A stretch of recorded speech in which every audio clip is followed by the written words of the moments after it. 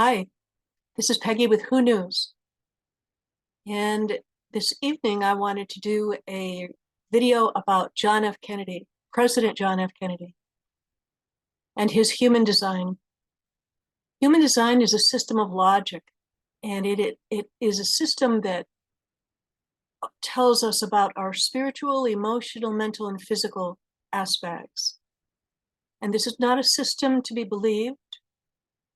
It's a system of logic, and with systems of logic, you experiment with them to see if they're logical or not. So I wanted to do this video because I read a couple years ago John F. Kennedy's book of PT109, his PT109 experience. I was amazed. I was amazed at what that man went through after PT109 was obliterated practically by the enemies, by the Japanese ship.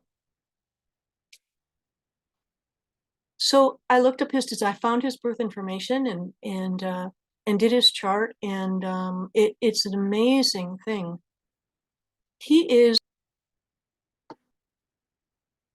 an emotional energy projector, also known as an advisor. This is the type in human design that he is. And projectors are known as non-energy types. It can be a little confusing because he's an energy projector. He does have two motors of energy that are creating. This is one motor of willpower, and this is a motor of emotional energy. And it's also an awareness center. So he can have awareness of his emotions and awareness of what's going on around him in his environment. But projectors are non-energy because they don't have this sacral center open. This is a motor of life force energy that runs 24/7. And 68 to 70% of the population have this square right here, this white square defined. And they're called generators or builders because they have the energy to get up in the morning and go, and then they can if they're doing what they love to do, they've got the energy to finish what they want to do and love to do, and then fall into bed exhausted, having used up all of that energy during the day.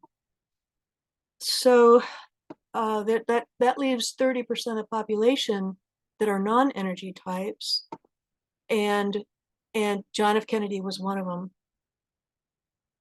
He had a public role of conscious of a martyr and trial and error, making mistakes and bumping into things that don't work, and that's a difficult design to have, this trial and error, because the third line, it's called the third line profile, and they can be blamed by their teachers and their parents. Why are you making all these mistakes? But there is a beauty to it, and the beauty is that when they grow up, they're able to then find out what does work. And because I'm a third line too. And by the time you get old enough to realize you're able to look for solutions and look for things that do work. How can we make what doesn't work work? And that's how he was designed. So he would have seen a lot of things in government, a lot of things in society, a lot of things, especially after he became president, that were wrong and that didn't work and that he tried to fix. So you bump into things that don't work, and you get a lot of broken bones necessarily, whether they're but where you break something in you, break your hope or break your spirit, may not be a bone, but it can be breaking something else. And you can become resilient. When a bone is mended, it's stronger in that place that it was broken than before. And that is what can happen to those of us with third lines. We become very resilient. And we also learn how to communicate difficult things to people in a better, more positive way, or with a positive ending or slant to it. So that's what John F. Kennedy was. He was a conscious third line. Right here, this decimal point 3. This is where that comes from. And then over here, see on this unconscious side, he's a 0.5 right here. And here he was a heretic. He was someone who, his reputation is very important to him. He was a practical problem solver, called a heretic because he could go into his man cave with a problem trying to solve something, and he'd come up with off the wall, out of the box ideas, and people would look at him, and when he told them the idea he had, the practical solution to solve the problem, and people would look at him, or could look at him and say, what, that's crazy, that's not going to work, that's off the wall. Well, a lot of those solutions do work that these fifth lines come up with. So let's see. So here he is. He's got this motor of willpower. That's also called the heart center. And it is about the heart. It's about having the heart muscle, the muscle to power through an experience, to make a decision if you're going to get into something. If he was asked, well, John, would you do this or would you do that for me next week? He could then, if he felt that power, that willpower, that he had the heart muscle, he could say, yeah, I'll do it. And then he'd be there come hell or high water. But if somebody asked him, can you do something here for me next week? And if he said, no, I can't, he would know whether he could or he couldn't. And that's a powerful motor of that. So what he's got the heart to muscle through, he had that. And here's another motor here. This is a motor of emotional energy. And this is, so he would have the energy to do what he wanted to do, or what he enjoyed doing, what he liked to do. But these are two powerful motors right here. Look at this. These are the builders that I talked about, the sacred life force energy that runs, and he did not have that consistently. He couldn't rely on that. When he was with other builders or generators that did have that center defined, then he would take that energy in and amplify it and send it out. So he did occasionally have that energy, but it wasn't something that he could consistently rely on. And when he was alone, often that energy, others' energy would drain out, and he was left with just these two motors here that we talked about.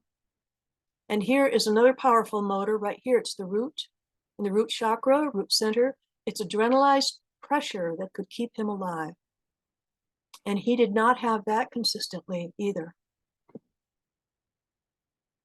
So knowing this, how on earth could he then, with a back problem that he had his whole life, even as a boy, he had a back problem, how could he then become the captain? Well, I don't remember what his title was, but the head of that PT boat 109. On that boat, seas and bouncing on waves, bouncing on white caps.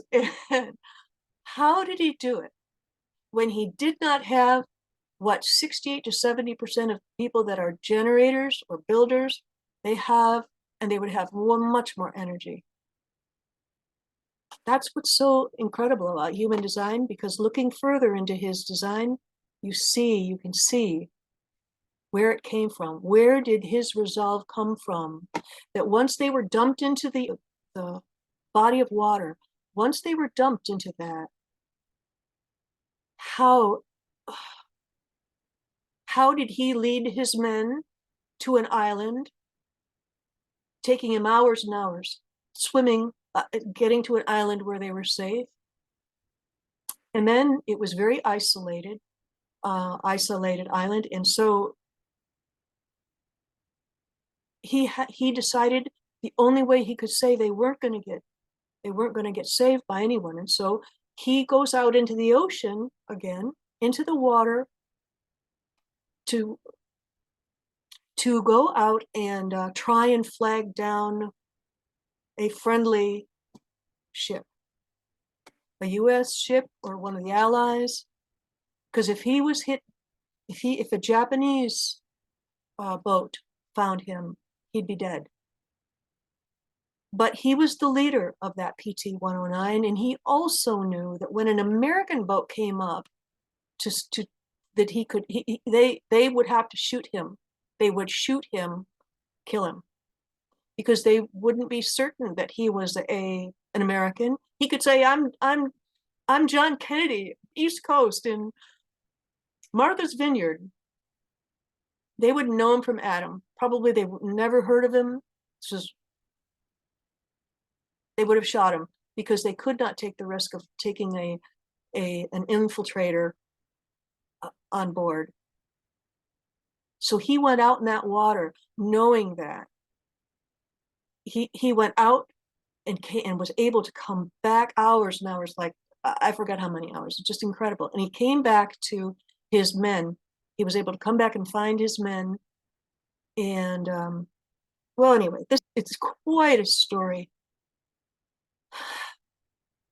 This is a channel. This is the only channel that he has. So this is the only definition that he has that's consistent. This willpower motor and this emotional energy motor, emotional wave energy, and then this channel.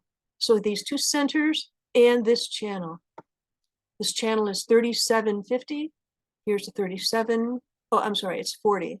I gotta change that, 40. And it's the channel of community.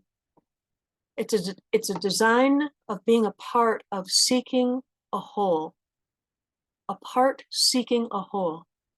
And he was meant to discover where he belonged and then wait for people to invite him in to a group or a community or a tribe. Then when he was invited into that community and it was where he wanted to go, he knew it was right for him, then to get into that community and live that out. So this is a tribal channel, and that's about supporting your tribe. He supported the members of his tribe, and he wanted and needed and required support back from them as well. So friends and family and his community, his nation were important to him. Okay.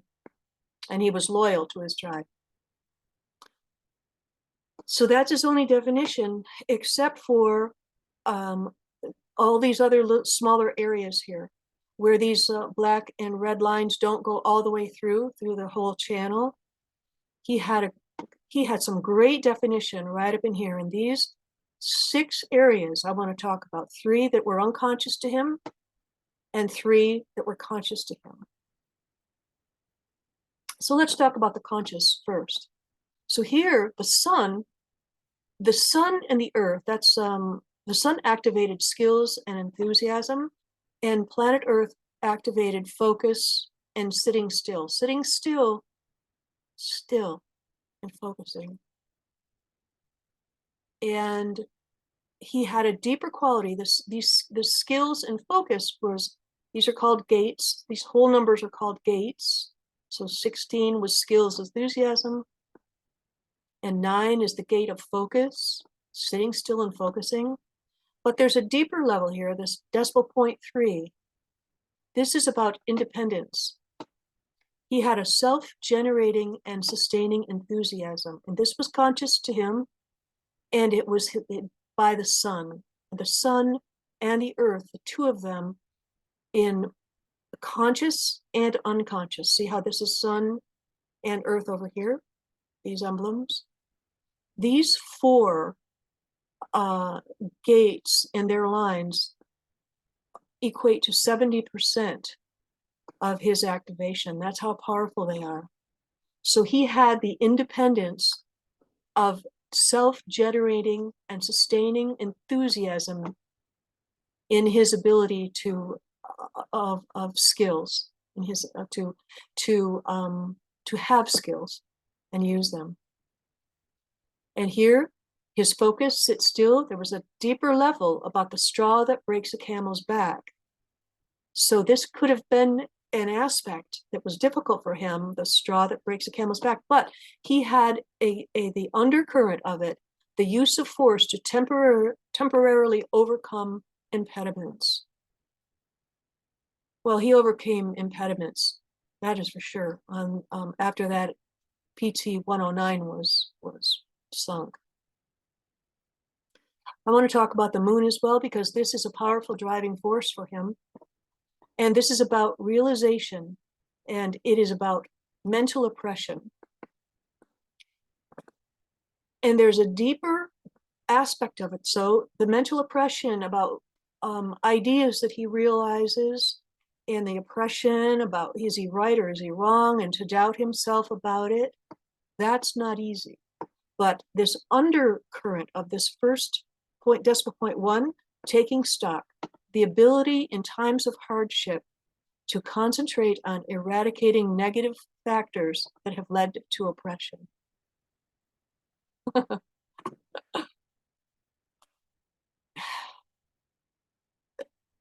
That's amazing right there. But those are conscious. Let's go over here to this unconscious aspect of his. So his family and friendship. And we talked about that channel. This is about the whole channel. But because this 37 and this 40, these also have different aspects to them too. And this 37 is, as we spoke about family and friendship. But the deeper aspect, the 0.5, relates to love. And that he had a natural and unaffected devotion to family and friends in his tribe. So no wonder, there's part of where he used his emotion and his, because this is an emotional right down here in this emotional. So that was an emotional devotion to protect and save and keep his tribe alive. And that was the men that were stranded with him on that island. And it's a longer story than that, because he went out 3 different times, I believe, 3 times into that ocean. And it was a miracle that they were saved. Absolute miracle. Okay, so there's family and friendship, and that is his light, his shining light radiating out of him. That's what the sun means. When the sun activates a gate, it's your own shining light that people can see. Now here, the earth, this earth is what grounds and balances us. And here, aloneness and deliverance. And it's interesting because this is in his willpower. So how interesting that the one channel that he has in his whole, some people have 4 or 5 or 6 even, unusual to have 6, but he only had one channel, and yet look how powerful it is, because it is activated by the sun, his light shining forth, and what grounds and balances him. Amazing. And so anyway, the earth then grounds and balances him. This was about aloneness and deliverance. And for him to, aloneness meant for him to secrete himself away and be isolate himself, so that he could be thinking about how to find practical solutions. Where was he going to come up with practical problem solving? Because he had to be alone, so that a deliverance, that he could rise in vibration, spiritual vibration, or information from God, heavenly hosts.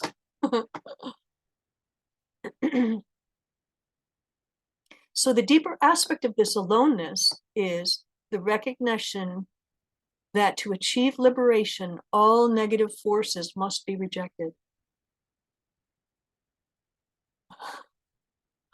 To achieve liberation from their being captive on an island, well, they were isolated and lost on this island. And there were negative forces that wanted to kill him and would have killed him had they been found by the enemy. So here now, the driving force here is about his unconscious aspect. It was about progress. And the whole is greater than the sum of its parts. The whole is greater than the sum of its parts. And I would say that his men being together, he was the one that was leading them. He was the one that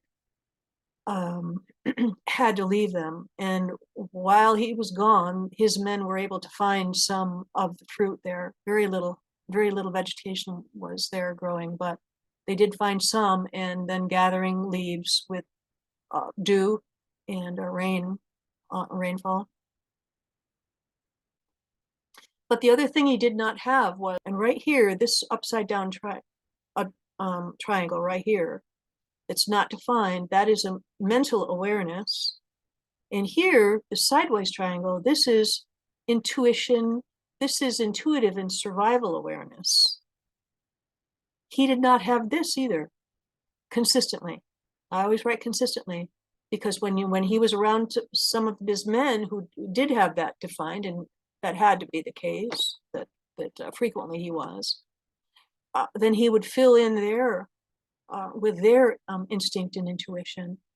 But when he was by himself, he did not have this splenic center defined consistently. All right. Okay, well, this is what I wanted to impart. I'll be doing other videos about other people's humans design. Every time I read a book, it's just amazing.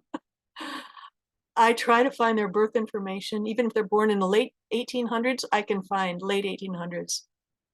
And so it's really a kick with some of these authors that haven't been around for a long time, to look at their design and see, well, how did they think that way? How did they feel that way? How could they communicate that way? It's just an amazing, amazing thing, human design. If you're interested, there is this information that gives a little bit more information there. Oh yeah, the shark-infested waters thing. It's just incredible. And here is the story of it's an article that was done. Okay, so wait a minute. Okay, here we go. So you can just read this through if you'd like. It's a fascinating story. And when you know what his design was like and what his design was not like, it's just a miracle, absolute miracle. Okay, so that's that. And I do encourage you to read the entire book, because it's a thriller. It's a real life thriller. All right, well, thank you for your interest, if you were interested, and we'll see you next time. God bless.